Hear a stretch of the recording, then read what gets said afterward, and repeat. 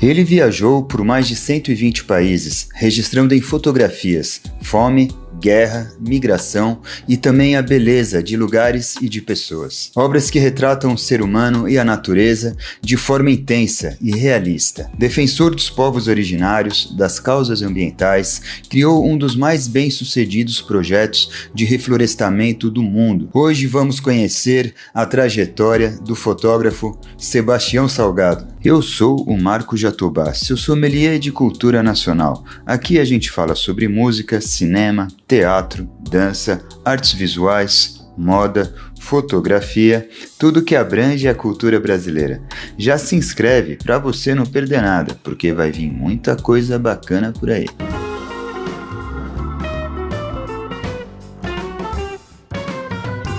Sebastião Salgado nasceu em 1944, na pequena cidade de Aimorés, no interior de Minas Gerais. Ele cresceu em uma fazenda, cercado por uma natureza exuberante, rios, florestas e uma biodiversidade rica, que anos mais tarde influenciaria profundamente a sua visão de mundo. A infância de Salgado foi simples, mas com liberdade. Ele passava os dias explorando o ambiente natural e desenvolvendo um olhar atento, mesmo sem saber que isso seria essencial para sua futura carreira. Com o passar do tempo, aquele cenário começou a mudar. A fazenda da família foi sendo degradada, as árvores desapareceram, a terra começou a perder a sua vitalidade. Essa transformação silenciosa ficaria marcada na memória de Sebastião e décadas depois ganharia um novo significado.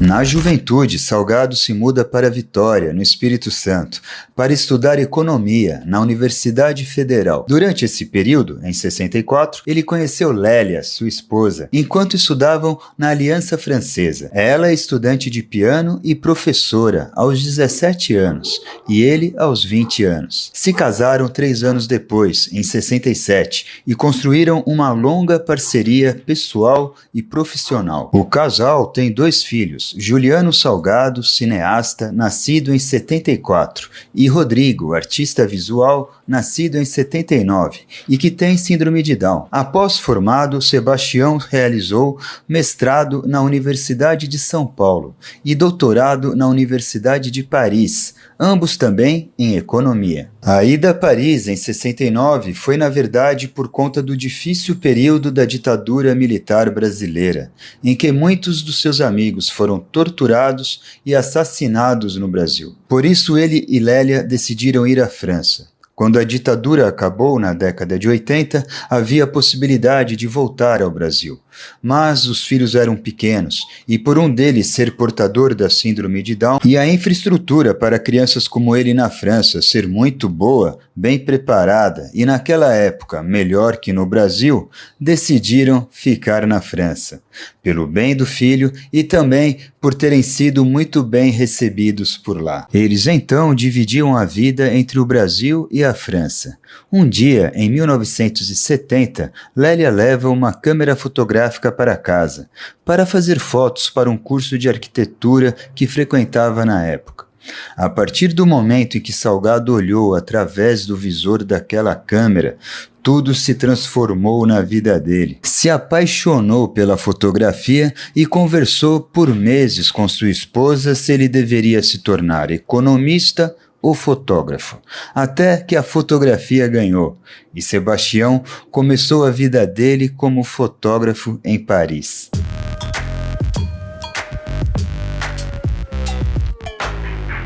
No início da carreira, Salgado fotografava de tudo, eventos esportivos, casamentos, no artístico, até que foi encarregado de uma série de fotos sobre os primeiros 100 dias do governo Ronald Reagan, pela importante agência de fotografias Magnum, onde já tinha feito projetos muito importantes sobre a força do trabalho humano e sobre refugiados. Salgado então documentou o atentado a tiros cometido contra o então presidente dos Estados Unidos no dia 30 de março de 1981 em Washington. A venda das fotos para jornais de todo o mundo permitiu ao brasileiro financiar o seu primeiro projeto fotográfico autoral, Êxodos. Embora Serra Pelada, anos 80, e Terra, de 97, sejam autorais em estilo e tema, ele tinha total controle artístico sobre suas fotos.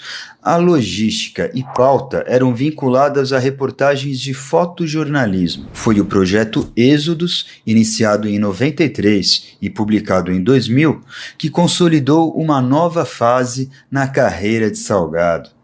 Junto com sua esposa, assumiu total controle logístico, financeiro e curatorial, sem pautas de agências ou revistas. Ele viajou por 40 países durante 6 anos, focado em um tema profundo e pessoal: o drama humano dos refugiados e imigrantes.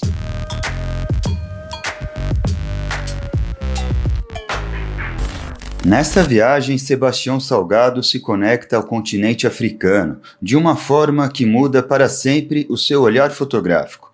Após repetir diversas viagens pelo continente, Salgado realiza inúmeras reportagens fotográficas. Para esse projeto, Salgado viajou pelo mundo, retratando a situação de refugiados. O projeto Êxodos foi realizado ao longo de 6 anos, em viagens por 40 países. Nas palavras de Sebastião, esse livro conta a história da humanidade em trânsito. Segundo ele, uma história perturbadora, porque pouquíssimas pessoas abandonam a terra natal por vontade própria. Em geral, eles se tornam migrantes, refugiados ou exilados, constrangidos por forças que não têm como controlar, fugindo da pobreza, da repressão e das guerras. Já o livro Retratos de Crianças do Êxodo também foi produzido entre 1993 e 1999, dentro do projeto Êxodos, do fotógrafo. Nesse projeto, Salgado focou nas crianças como as vítimas mais vulneráveis da guerra, da pobreza e da perseguição, registrando sua resiliência e inocência em campos de refugiados. A exposição foi organizada com apoio da Unicef, resultando em livros e exposições mundiais a partir de 2000, com o objetivo de dar rosto à estatística de milhões de pessoas deslocadas.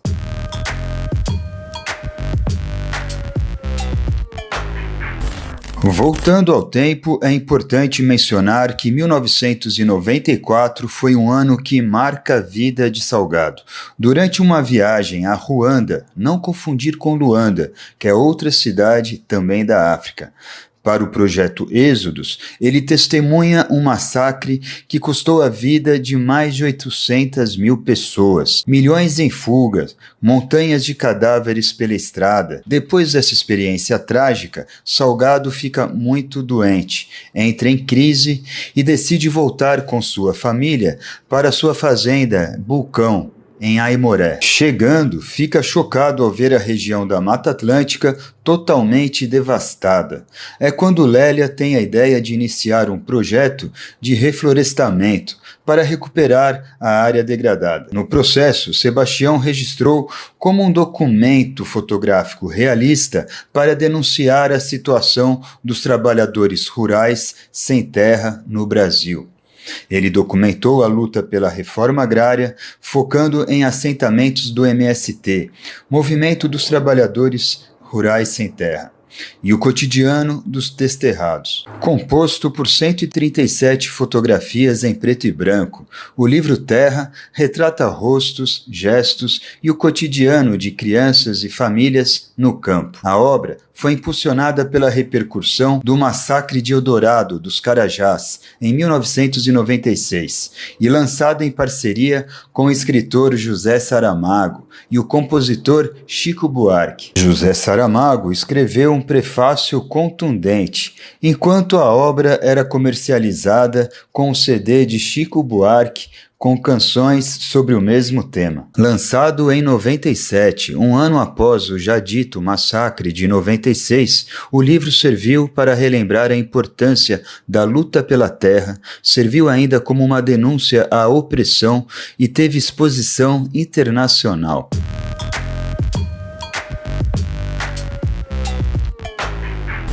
Já o Instituto Terra foi fundado em abril de 1998, em Aimorés, Minas Gerais, por Lélia Wanik Salgado e Sebastião Salgado. O Instituto nasceu da necessidade de recuperar a degradação ambiental da Fazenda Bucão, transformando uma área de pastagens secas e erodidas em um ecossistema de Mata Atlântica restaurado, que hoje atua também com educação ambiental. Com o apoio de parceiros e engenheiros florestais, lá foram plantadas mais de 3 milhões de mudas nativas, restaurando o solo, a fauna e nascentes de água. E já em 98, a área foi transformada em RPPN, Reserva Particular do Patrimônio Natural, o que permitiu o início oficial das ações de reflorestamento. O Instituto se tornou uma referência em restauração ecológica e educação ambiental no Brasil. É interessante observar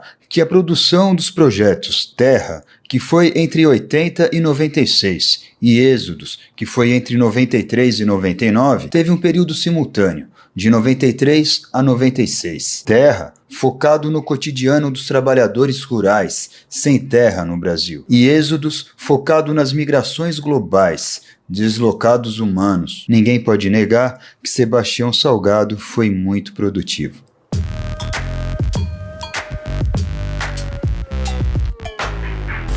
Inspirado por essa transformação, por esse renascimento, essa conexão com a natureza em sua terra natal, surge a ideia do que talvez seja o maior projeto de Sebastião Salgado, Gênesis. Dessa vez, seu olhar se volta para a beleza do planeta, natureza intocada, povos tradicionais, vida selvagem, uma celebração da vida, um contraste com as suas obras anteriores. Gênesis, em busca do planeta intocado, foi uma jornada de 8 anos, produzido em 32 países, documentando paisagens, animais e povos indígenas.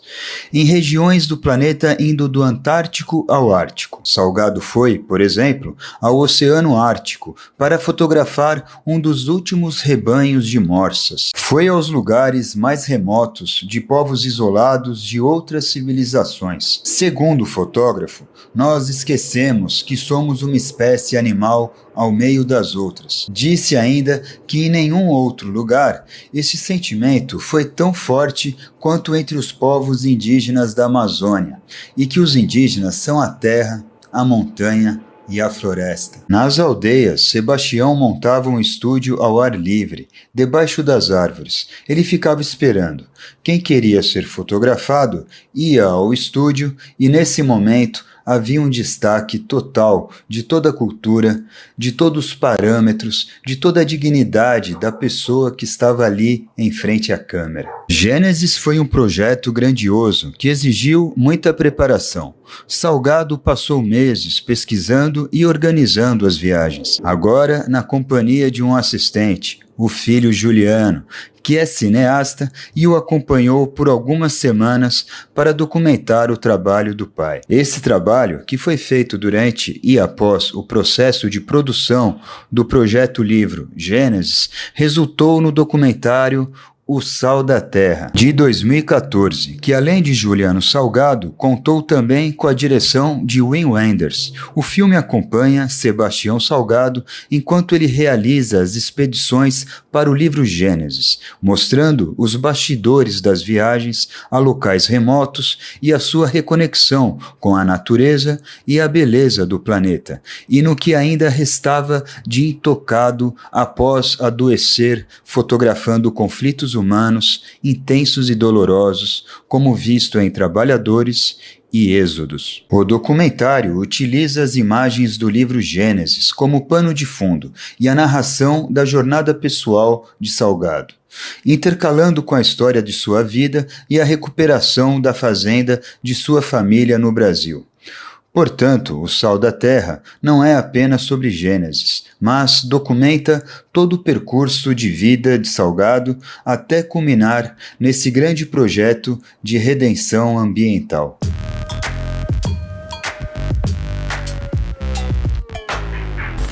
Salgado relata que ao trabalhar em Gênesis percebeu que a Amazônia era vasta demais e precisava de um estudo mais profundo, o que levou a dedicar os 7 anos seguintes a ela. A Amazônia, em pequena parte, faz parte do livro Gênesis, de 2013, e essa experiência inicial o motivou a retornar posteriormente para um projeto dedicado exclusivamente à região, resultando no livro e exposição A Amazônia. O livro Amazônia, de 2021, é focado especificamente na floresta e seus habitantes, enquanto Gênesis foi um registro geral de paisagens puras ao redor do mundo. A Amazônia foi o último grande projeto fotográfico de longa duração de Sebastião Salgado. A exposição continua em turnê mundial até hoje, em 2026, com paradas também no Brasil.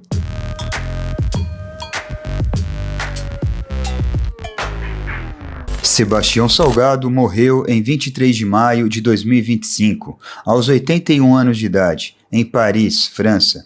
A causa da morte foi uma leucemia grave, desenvolvida como uma complicação de uma malária contraída em 2010, durante uma expedição fotográfica na Indonésia. Ele foi internacionalmente reconhecido e recebeu praticamente todos os principais prêmios de fotografia do mundo, como reconhecimento por seu trabalho, sendo reconhecido como um dos maiores fotógrafos documentaristas do mundo. Deixou um enorme legado para a arte, para a reflexão sobre a vida, sobre a ética e sobre ecologia. Ele foi uma pessoa que se deu para a sociedade. Se você gostou desse vídeo, deixa seu like, se inscreve no canal, comenta, compartilha com quem também gosta de fotografia, ecologia, arte e cultura nacional. Até o próximo vídeo. Tchau.